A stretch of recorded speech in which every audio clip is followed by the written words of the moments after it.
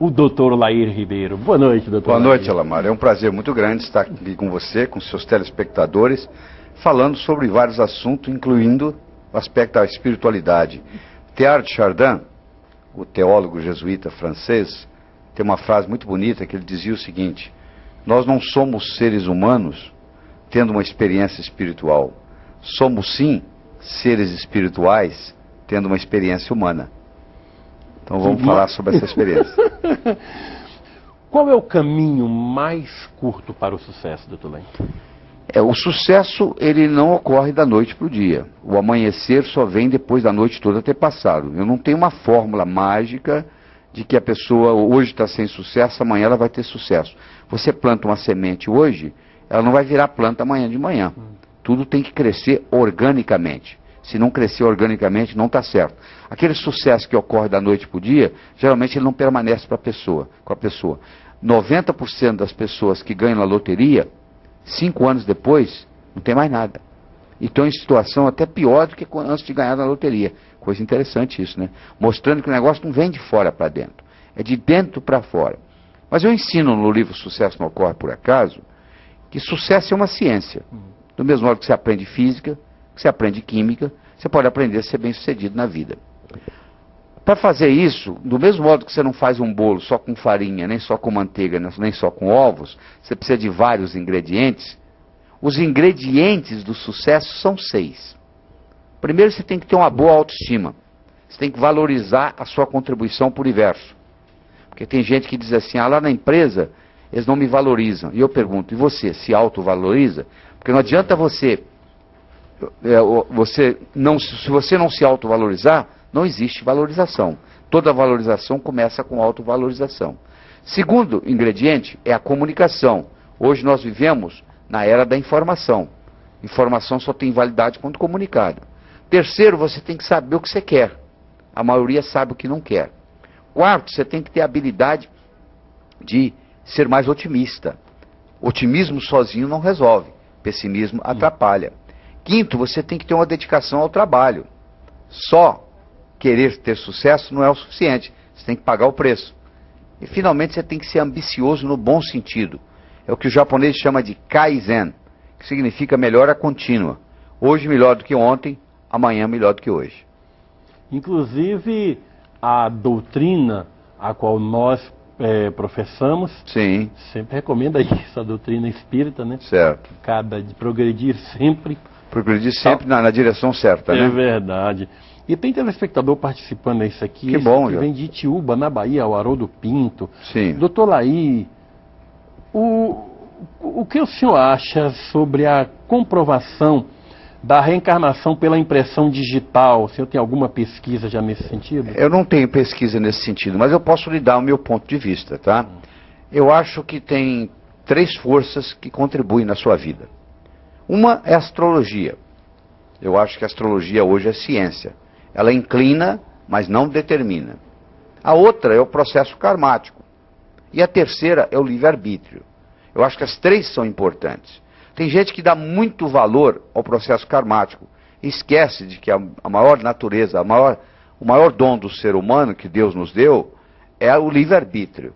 Então, se você se preocupa muito com o que aconteceu no passado, eu posso lhe garantir que a sua vida passada foi menos importante do que essa, porque essa você está vivendo hoje, a outra já acabou. Nesse processo karmático existe um exagero muito grande. Tem muita gente que dá desculpa. Eu não vou para frente na vida, é por causa do karma. É porque eu reencarnei com karma. Cada dia, quando você acorda, você abre um livro em branco na sua vida. Você que vai escrever a sua história. Nós somos a força criadora nas nossas vidas. Na própria Bíblia já diz, você pode ser co-criador da sua existência. E do mesmo modo que o mundo foi criado através do verbo, que é a palavra, nós também podemos criar a nossa realidade através da nossa linguagem. O Alamar e eu estamos criando aqui, nesse momento, uma realidade para você, telespectador. Então, linguagem cria realidade. Formule a sua pergunta também via fax para nós, pelo que eu estou vendo, deve estar congestionado aí. O Tina, coloque o fax sempre, de vez em quando aí. Olha, E a prosperidade? Este livro, eu estou doido para terminar logo esse aqui, para entrar nesse aqui no da prosperidade. Porque tem gente que está encantado com ele. E o segredo para a prosperidade? Esse livro, ele é baseado, é uma entidade, é o Vanguarda, ele vem de outra dimensão, ensinar o ser humano a ser próspero. E de onde ele vem a prosperidade. Então ele se manifesta na vida de você, que o personagem principal do livro chama você com V maiúsculo, que a pessoa vai lendo, ela se identifica de imediato com você, que é o nome da pessoa, e ele vai ensinar você a ganhar dinheiro. Não só dinheiro, a ter prosperidade na vida. Mas dinheiro é uma das coisas. Porque a pessoa que diz para mim que dinheiro não é importante, ela vive numa realidade diferente da minha. Porque 85% dos divórcios ocorrem por causa de problema financeiro do casal. 99,9% das pessoas que estão na penitenciária estão lá por causa de dinheiro, ou por falta de dinheiro. Então dinheiro é sim importante na sua vida. O dinheiro só deixa de ser importante na sua vida quando você tem o suficiente, e aí você vai se preocupar com coisas mais importantes do que o dinheiro. Mas se você está faltando dinheiro para você, se os credores estão batendo na sua porta, fica difícil você ter uma espiritualidade desenvolvida, porque você não vai ter nem sossego, nem paz de espírito. Então é importante a pessoa aprender a ganhar dinheiro. O dinheiro é um instrumento. Uma faca é uma faca. Você pode usá-la para passar manteiga no pão, ou para matar alguém. Intrinsecamente, a faca não é boa nem ruim, é uma faca. O dinheiro é um instrumento. Quando bem utilizado, é uma maravilha. Quando mal utilizado, é como qualquer outra tecnologia. O mesmo indivíduo que descobriu a fissão do átomo, criou a bomba atômica. Olha que interessante. A fissão do átomo gerou muita riqueza para o mundo. E ao mesmo tempo gerou muita desgraça. Então a dualidade está lá sempre. Os opostos estão sempre presentes. Sem dúvida. Lá do Rio Grande do Sul, de Tramandaí. Você recebe daqui de todo lugar, hein? Tudo quando é lugar. O evangelista diz o seguinte: o senhor deu 6 dicas de como obter o sucesso, mas como você vê a questão da influência dos espíritos em nosso sucesso, em sucesso? Tem outra pessoa que perguntou também o aspecto moral da pessoa ter alguma consequência orgânica. Vamos falar dos espíritos. Eu acho que se a sua energia está contaminada, claro que você pode ter espíritos obsessores lhe prejudicando. Se você não faz a sua oração, se você não pratica o bem, se você vai em lugares promíscuos, claro que você está correndo um risco. Do mesmo jeito que se você estiver limpinho e entrar na lama, você vai sair da lama sujo, e mesmo que você tome um banho e voltou para a lama, você suja de novo. Eu acho que do ponto de vista espiritual isso também acontece. Existe sim, eu acho que tem uma interferência de obsessores. Agora, cada pessoa tem que saber se cuidar disso. Você não pode só ter que depender de alguém por causa disso. Se você levar uma vida regrada, se você souber cuidar bem da sua energia, se você souber cuidar bem da sua alimentação, você não vai ter campo, porque depende do que você pensa. Se você tiver pensamentos sadios, pensamentos limpos, nenhum espírito agressor vai ficar por perto, porque o campo eletromagnético não permite que eles cheguem. Agora, se você está contaminado pelo processo, se você faz parte da promiscuidade, aí fica fácil eles chegarem. Então a defesa está com você. Que seria, você vai me desculpar, uma sacanagem cósmica, né? Se você tivesse à mercê de todos eles e não tivesse nenhuma arma interna para se proteger. Não há dúvida. O aspecto moral, doutor Lei, a vida moral, uma moral moralizada, ou uma moral imoralidade, isso tem consequências orgânicas da pessoa? Claro que tem. Eu acho que todas as vezes que você tem uma contradição entre a sua parte racional e a sua parte emocional, você paga um preço. Você pergunta para o ladrão, por que você assalta o banco? Ele diz, porque lá que tem dinheiro. Para ele, aquele dinheiro é como se fosse dele. Aquele ladrão que tem esse aspecto, não vai fazer mal nenhum para ele, porque a moral dele tá independente do dinheiro ser dele ou não, ele vai lá e coloca a mão. Agora, um indivíduo que sabe que o que é seu, o que é do outro, e ele vai e rouba, esse indivíduo vai pagar um preço muito grande. Ele pode ter um câncer daqui 5, 10 anos, em consequência de um processo desse. É a famosa lei do retorno, né? Quer dizer que a questão de moralidade não é questão de religiosa, não é questão de coisa. É uma questão até fisiológica. Você tem que manter a sua palavra não pelos outros. Você tem que manter a sua palavra por você.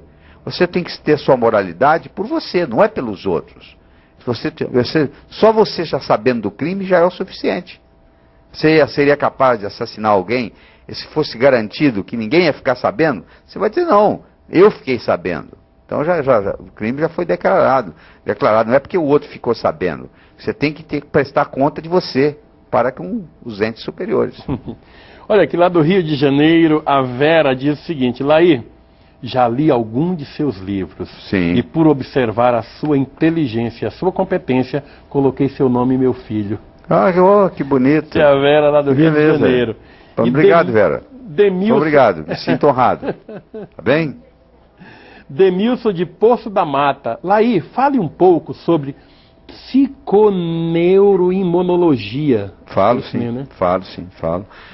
Psiconeuroimunologia é uma nova disciplina que surgiu na medicina. Ela surgiu em Rochester, New York, em 1981 e se tornou uma ciência oficialmente em 1991. O Dr. Robert Adler, Dr. Cohen, eles propuseram que existe uma conexão, e hoje está provado, entre a parte psicológica, a parte neurológica e a parte imunológica. Então, por isso que chama psiconeuroendócrino-imunologia, ou mais resumidamente, psiconeuroimunologia. Então, por exemplo, uma mulher melancólica, triste, ela tem mais condições de desenvolver câncer de mama do que uma mulher alegre. Então, isso tem estudos científicos provados mostrando isso. Você entra num ambiente onde você pega um resfriado, você pegou um vírus. Mas tinha outras pessoas lá nesse mesmo ambiente, tiveram contato com o mesmo vírus e não ficaram doentes. Qual a diferença? Você vai dizer, a resistência das outras estava maior, justamente isso que eu estou falando. Por que a sua resistência baixou? Porque na psiconeuroimunologia, o componente psicológico interferiu no componente psicológico e você ficou mais propenso à doença. Então isso explica muita coisa. A própria Organização Mundial de Saúde hoje determina que mais de 90% das enfermidades no mundo, direto ou indiretamente, tem um componente psicossomático. Então essa explicação é muito importante. A psiconeuroimunologia hoje é uma disciplina médica nos Estados Unidos, já introduzida em várias universidades americanas. Infelizmente, pelo menos que eu saiba, aqui no Brasil ainda não virou uma disciplina, mas mais cedo ou mais tarde vai chegar ao seu lugar. E aqui um fax, esse aqui de São Paulo mesmo, da Paula Arantes. Boa noite, que maravilha. Doutor Laí, fale um pouco sobre o talento e como usá-lo para prosperar. Obrigada, Paula Arantes. Pois é, Paula, nós todos recebemos talentos diferentes, né? O Pelé recebeu o talento de jogar futebol. O Einstein de pensar em 3 dimensões. O Mozart da música. O que você tem que descobrir é o seguinte: quais são as suas qualidades, quais são os seus talentos. Se você tem 2 metros de altura, você não vai querer ser jockey, não vai funcionar. Se você tem 1,50 m, não vai dar para você jogar basquete. Então você tem que decidir naqueles pontos fortes e capitalizar neles. Eu acho que quando Deus nos entrega os talentos, depois que nós morrermos, depois que nós transcendermos, depois que nós mudarmos o nosso endereço cósmico, quando a gente chegar lá do outro lado, ele vai cobrar da gente. Olha aqueles talentos que eu lhe dei. O que você fez com eles? Você tem que fazer eles progredir. Aliás, ele vai fazer muito mais perguntas do que essa. Ele vai perguntar, por exemplo, por que você aprendeu aqui? Nós estamos aqui na vida para aprender, isso aqui é uma escola. Ele vai perguntar se a sua passagem por aqui fez do planeta Terra um lugar melhor que daqueles que virão depois. Eu acho que a mais importante pergunta que nós vamos ter que responder é a seguinte: você contribuiu mais do que você custou? Ou você custou mais do que você contribuiu? Isso é muito importante.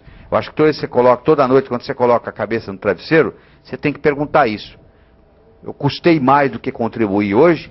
Ou eu contribuí mais do que eu custei? Aqui tem um telespectador que é o Valdelino de Ambuguaçu, em São Paulo, e diz o seguinte: doutor Laí, fale um pouco sobre os médicos. Tem os médicos espíritas e os não espíritas que tratam os pacientes. Tem uns médicos que tratam o paciente com casca e tudo. E uns médicos que observam, parece que o aspecto espiritual também do paciente. Infelizmente na faculdade de medicina, a gente não tem essa preocupação, não é ensinado isso para os médicos. Então, não é culpa dos médicos também, isso não chegou ainda às escolas. Então, é muito comum hoje o médico ver o paciente como um número, como uma enfermidade, e não como um todo. Ninguém tem uma mama ambulante que sai andando sozinha. Aquela mama está num corpo. A próstata, ninguém tem uma próstata ambulante. A próstata está num corpo. Esse corpo, ele tem vários níveis. Ele tem um nível físico, ele tem um nível mental, ele tem um nível emocional, ele tem um nível espiritual. Tanto é que existe hoje fotografia kirliana de baixa amperagem e alta voltagem, que pode tirar uma fotografia da sua energia e mostrar uma fissura na sua aura. Um câncer que vai se manifestar daqui 5 anos já pode estar detectado na sua aura. Então as enfermidades, no fundo, elas são apenas cristalizações de desarmonias que ocorrem em outros níveis, seja no nível mental, seja no nível emocional, seja no nível espiritual. E as pessoas que desejarem entrar em contato com o Dr. Laí Ribeiro, como deve fazer? Tem número de telefone? Coloca aí, né, Petitia? Tem telefone? Eu tenho um escritório aqui em São Paulo, o telefone está aí, é 3889-0038. E se você quiser entrar no meu site, www.lairibeiro.com.br, lá tem toda a explicação dos cursos, dos livros, inclusive, e etc. Tem cursos lá mesmo, eu tive a oportunidade de ver com áudio e vídeo, né? Tudo isso. É verdade, tem sim, tem cursos online. Online, né? É muito interessante. A internet é muito... Tem em espanhol, tem em inglês, tem em português. Nós estamos conversando aqui e os cursos estão sendo vendidos para o mundo todo. Que bom, né? Esse é o mundo cibernético de hoje, né? É verdade. Tem aqui um e-mail do Fausto Oliveira de Guarapari, no Espírito Santo, Sim. um fax, que fala: há tempos que eu pensava em enviar um fax a respeito de um assunto que acho muito importante. Certo. Mas só agora, depois de receber o livro, já estava escrito, que você me enviou, tomei a iniciativa de fazer, baseado no mesmo. Estará ultrapassado o Evangelho? Estou de pleno acordo com o autor quando diz: instrução é uma coisa muito boa, é necessária, mas não foi só isso que Jesus prometeu. Prometeu consolação para todos, sem distinção de nível cultural. O grifo é meu. Será que alguém não pensa nisso? Depois reclamamos que os protestantes estão se infiltrando nas classes menos esclarecidas. Reclamamos de que nós não estamos abandonando esses irmãos. Como é que o doutor Laí vê, Sim. por exemplo, o Evangelho, a vivência religiosa? Outro dia, entrevistando o doutor Sérgio Felipe, no programa que eu tive aqui na TV Gazeta, Sim. perguntando: religião faz bem? Ele disse: depende, pode fazer bem, pode fazer mal. Certo. Como o senhor define a questão da religião, da religiosidade das pessoas? Uma coisa é religiosidade, outra coisa é religião, né? Eu acho que existem mais de 500 religiões no mundo. Essa história de dizer que a sua é a certa, então a sua está certa, as outras 499 estão erradas. Eu acho que a religião é criada pelo ser humano. Como ela é criada pelo ser humano, ela também tem seus problemas. Eu fui criado numa religião católica. Eu fui 6 anos semi-interno em colégio de padres jesuítas. Então eu tenho uma formação jesuítica muito forte. Aliás, parte do meu sucesso e da minha disciplina eu devo aos padres jesuítas. Claro que eu hoje... conheço vários maravilhosos. Hoje eu tenho um pensamento ecumênico. Como você disse aí, eu trabalho com muito prazer no Perseverança, ajudo, dou aula, contribuo, etc. e tal, porque eu acho que eles fazem um trabalho muito bonito. Eu acho que onde houver trabalho, onde houver beneficência, onde houver gente querendo ajudar os outros, querendo ou não, nós estamos praticando uma religiosidade. Eu acho que ele não deve ficar muito aficionado com dogmas, é esse dogma ou é aquele dogma. Na realidade, nós não sabemos isso. Isso é passado de pai para filho. E muitas vezes você tem a religião porque o seu pai era daquela religião.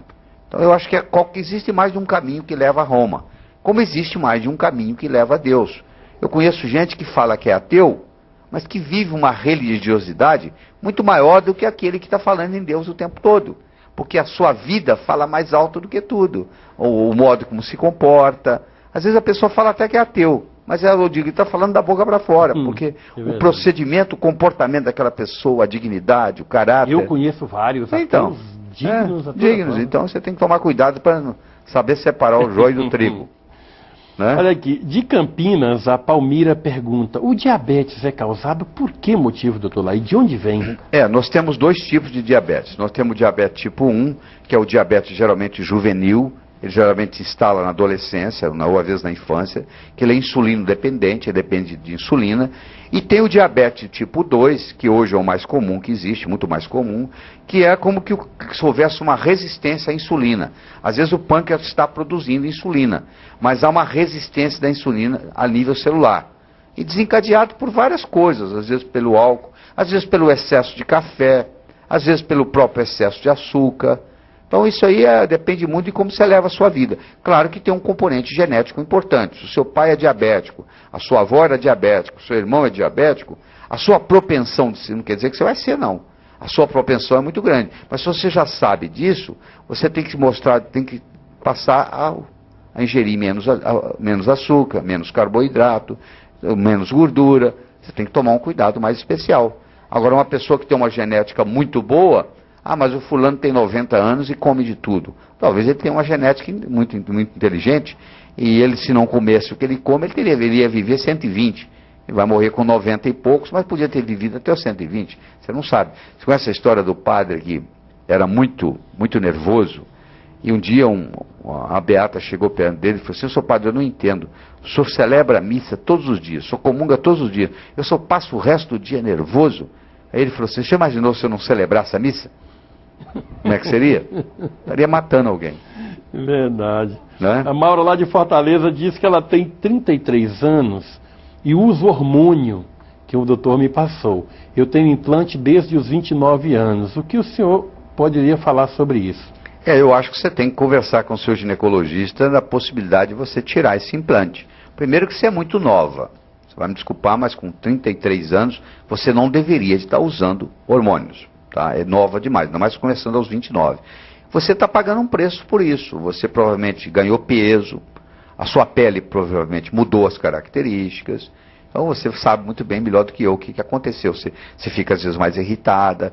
Você tem que ir conversar com o seu médico sobre isso. Aí em Belém você vai encontrar nas livrarias esse livro, A Verdade sobre Reposição Hormonal. E você lê esse livro, você vai ter um conhecimento melhor, você vai poder conversar com o seu médico à altura. O senhor falou na questão do açúcar. Hoje nós temos uma oferta muito grande de adoçantes nos supermercados. Esses adoçantes são todos saudáveis? Não, não são saudáveis. Eu acho que é até bom falar sobre isso, que eu acho que até preferível. Eu acho até preferível você comer o açúcar do que o adoçante. O aspartame, por exemplo, ele é uma neurotoxina no organismo e ele mata neurônios. E ele causa Alzheimer. Então o mundo inteiro está contaminado com aspartame. Então eu aconselho o seguinte: você ou toma um café com açúcar ou toma sem nada. A não ser que você adquira uma coisa. Eu não faço parte da companhia, eu não ganho para isso, mas eu tenho a obrigação de passar a informação. Existe um adoçante chamado Stevia, que é um adoçante natural, cujo nome comercial é Stevita. Stevia? É Stevia, é uma planta. Tá? Esse não faz mal nenhum. E já existe no Brasil, você pode encontrar em várias farmácias, em várias casas de produtos naturais, a Stevita. Fora isso, todos os outros adoçantes, você prejudica de uma forma ou de outra. Existem adoçantes, inclusive, eu não vou falar nome pelo aspecto antiético, existem adoçantes, inclusive, que aumentam até a sua vontade de comer açúcar. 30% das pessoas que fazem uso de certos adoçantes aumentam a vontade de comer açúcar, de ingerir açúcar. Daqui de São Paulo, a Cira também disse o seguinte: eu sou fumante, estou na menopausa e minha médica disse que se eu repor hormônio eu posso ter câncer. É verdade? É verdade sim, é verdade sim. Agora, eu acho que mais importante é você parar de fumar. Eu acho que a melhor coisa que você pode fazer para você é parar de fumar. Cada cigarro reduz a sua vida em 14 minutos. E você não leva 14 minutos para fumar um cigarro. A nicotina contida num cigarro dá para matar 2 rãs. Eu não sei quantos cigarros você fuma por dia. Então eu tenho 2 recomendações para você muito simples. Eu escrevi um livro, Como Parar de Fumar. Fumar ou não fumar, a decisão é sua. Então eu já passei por isso. Eu, como cardiologista, cansei de ver gente morrendo de infarto e fumando. Então eu tenho 2 recomendações para você ou para qualquer fumante que está nos assistindo. Primeiro é muito simples. Se você fuma com a mão direita, a partir de hoje você passa a fumar com a outra mão. Só aí vai cair 50%. Porque tabagismo é uma combinação de vício e hábito.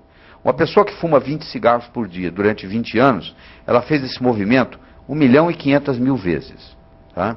Então, isso aí já criou um hábito no cérebro. E a segunda parte é o vício, que a nicotina é altamente viciante. Em alguns pacientes, até mais viciante que a própria heroína. Então você tem que desmamar do vício e desmamar do hábito. Então primeiro você passa para outra mão. Isso aí já é um grande negócio. Segunda coisa, toda vez que você tiver vontade de fumar, se você tomar um copo de água gelada antes de fumar, você vai cair outros 50%. Ou seja, se você fumava 20 cigarros por dia e passar a fumar com a outra mão, você cai para 10. Se você passar a tomar um copo d'água gelado todas as vezes antes de você fumar, você cai para 5. Você geralmente toma um cafezinho, né? A pessoa faz o contrário, toma um cafezinho. Tem que tomar um copo d'água gelada. Copão. Aí você, a vontade de fumar passa na hora. Olha aí, gente, olha o macete. Eu acho que uma pessoa fumando há 20 anos atrás até que dava para entender, sabe? Porque naquela época a gente não tinha ainda os malefícios do cigarro. Hoje, o próprio indivíduo que fazia a campanha do Marlboro morreu de câncer de pulmão por causa do cigarro. Você está esperando o quê? Poxa, você quer adoecer primeiro para depois parar? Eu acho um absurdo uma pessoa continuar fumando hoje. Você tem que fazer todo o esforço possível. Isso é a melhor coisa que você pode fazer. Agora, é verdade, se você fuma e faz reposição hormonal, a sua chance de ter derrame aumenta 40 vezes. Então, nisso a sua médica está muito certa. Então, primeiro você tem que parar de fumar, para depois você pensar na possibilidade ou não de fazer a reposição hormonal. De Bagé, lá no Rio Grande do Sul. Beleza. Ô, gauchada querida, que saudade desse Rio Grande. Otoniel, já li seus livros e gostei bastante, mas gostaria de saber maiores detalhes de como manter a forma permanente, o entusiasmo e o alto astral. Você tem que ter, Otoniel, né? Otoniel, você tem que manter objetivos de vida, você tem que manter metas. O futuro cria o presente. A gente sempre aprendeu que o passado cria o presente cria o futuro. O que é verdade. Mas é verdade também que o futuro cria o presente. Se você tem amanhã uma coisa interessante para fazer, o dia de hoje já ficou mais interessante porque é véspera de amanhã. Então procura criar mais visão na sua vida, procura criar mais metas, mais objetivos. Transforme os seus sonhos em realidade. E aí segunda-feira passa a ser o melhor dia da semana, tá bom? Grande Belo, da Grande Belo Horizonte, Minas Gerais, de Betinha, o Márcio. Doutor Laí, quanto a uma mudança de religião, isso influencia na vida cotidiana da pessoa? É psicológico ou é real? Isso influencia, sim. Eu conheço gente que muda de religião todo ano. Ele pensa assim, agora eu descobri a religião certa. Agora eu descobri a religião certa. Agora eu descobri a religião certa. E continua no mesmo conflito. Eu acho que você, como eu disse, tem vários modos de você conversar com Deus. Você tem que escolher aquele que é melhor para você e fazer a sua parte. Eu acho que a verdadeira oração não é pedir nada a Deus. É agradecer. Porque o maior presente nós já recebemos, que é a dádiva de estar vivo. Só isso aí vale tudo. Você imagina que você tivesse um filho, que todas as vezes que ele encontrasse, ele pedisse algo. Você ia toda hora, você ia começar a evitar seu filho, não ia? Tem gente que só solicita a Deus pedidos. Você tem que oferecer, você tem que agradecer. Porque a vida é uma dádiva, nós já temos tudo que nós precisamos. Por isso que eu disse no começo do programa, nós somos co-criadores da nossa existência. Esse número de telefone que você está colocando está errado no vídeo. Coloca no gerador de caracteres. Otina, coloque novamente aí o e-mail, o telefone do Dr. Laí, porque tem sempre aquele telespectador que vazou a caneta ou não encontrou a caneta na hora para anotar. E vamos conferir direitinho. O site dele é www.lairibeiro.com. Laí Ribeiro, tudo junto, dois R, o R do Laí do final e o Ribeiro.com.br. Dá para decorar porque o nome dele tá é conhecido no país. E o telefone está lá, 3889 0038. Aqui em São Paulo, se você não encontrar os livros aí, nós inclusive temos 8 livros infantis muito interessantes. Livros infantis? Temos. Pô, foi até Vou mandar um pro seu filho. E ele adora ler, gosta muito. Mandar uma coleção para ele. Mas, olha, nesse finalzinho, nesses 2 minutinhos, eu queria uma mensagem sua para esse povo brasileiro, nesse país de tantos contrastes. Se der 3 minutos, tá bom? Tá bom. Vou contar uma história. Diz que uma vez no inferno, Lúcifer, o demônio-chefe, estava muito preocupado porque o número de pecadores chegando ao inferno estava diminuindo. Aí ele então convocou uma reunião para desenvolver uma estratégia de marketing para fazer as pessoas na terra pecar mais. Aí um dos diabos levantou a mão e disse assim, nós temos que fazer o seguinte, nós temos que fazer o povo na terra gastar mais. Gastando mais, vai ter que ganhar mais. Ganhando para ganhar mais, vai ter que trabalhar mais. Vai trabalhar, ganhar, gastar, trabalhar, ganhar, gastar, trabalhar, ganhar, gastar, não vai evoluir, vai terminar aqui. Diz que o demônio-chefe disse, não, essa ideia é muito interessante, mas não é o suficiente, eu quero uma mais forte. Aí um outro levantou a mão e disse, por que a gente não faz o terráqueo, a pessoa lá da terra, só gostar dos outros, só dos outros, não gostar de si mesmo. Ele vai só cuidar do outro, só fofocar da vida do outro, só falar do outro, só cuidar do outro, não vai cuidar de si mesmo, não vai evoluir, vai terminar aqui. Aí diz que o demônio-chefe disse, isso também está muito bom, mas não é o suficiente. Aí diz que tinha um capetinha fazendo estágio, levantou a mão, disse que o demônio olhou para ele e perguntou, o que você quer? Aí eu gostaria de dar minha opinião. Que opinião? Por que a gente não faz a pessoa pensar que ela vai viver para sempre? Aí diz que Lúcifer olhou para ele e disse, o que isso tem a ver com vir para o inferno? Então, se você fizer a pessoa pensar que ela vai viver para sempre, ela vai deixar o importante para amanhã, para amanhã, para amanhã, para amanhã, a vida vai passar, ela não vai fazer nada, vai terminar aqui. Diz que Lúcifer, a face dele se iluminou, ele disse, é isso que nós vamos fazer. Sabe o que, é que o demônio fez? Ele colocou na mente de cada ser humano a semente da eternidade. Você pensa que seu primo vai morrer antes de você, que seu chefe vai morrer antes de você, que seu vizinho vai morrer antes de você, e faz como a maioria faz. Você vai lá no cemitério, todo mundo morreu deixando sem implementar as ideias.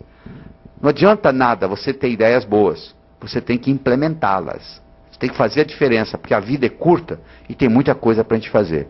Eu espero que novos caminhos se abram à sua frente, que o vento sopre levemente às suas costas, que o sol brilhe suave e morno em seu rosto, que a chuva caia de mansinho em seus campos, e até que nos encontremos de novo, que Deus lhe guarde nas palmas de suas mãos. Muito obrigado. Muito obrigado, doutor Elair Ribeiro. Até a próxima oportunidade, que eu sei que os telespectadores vão querer a sua volta aqui. Gente, até terça-feira com mais um programa Ampla Visão para todo o Brasil. Obrigado pelo carinho e boa noite.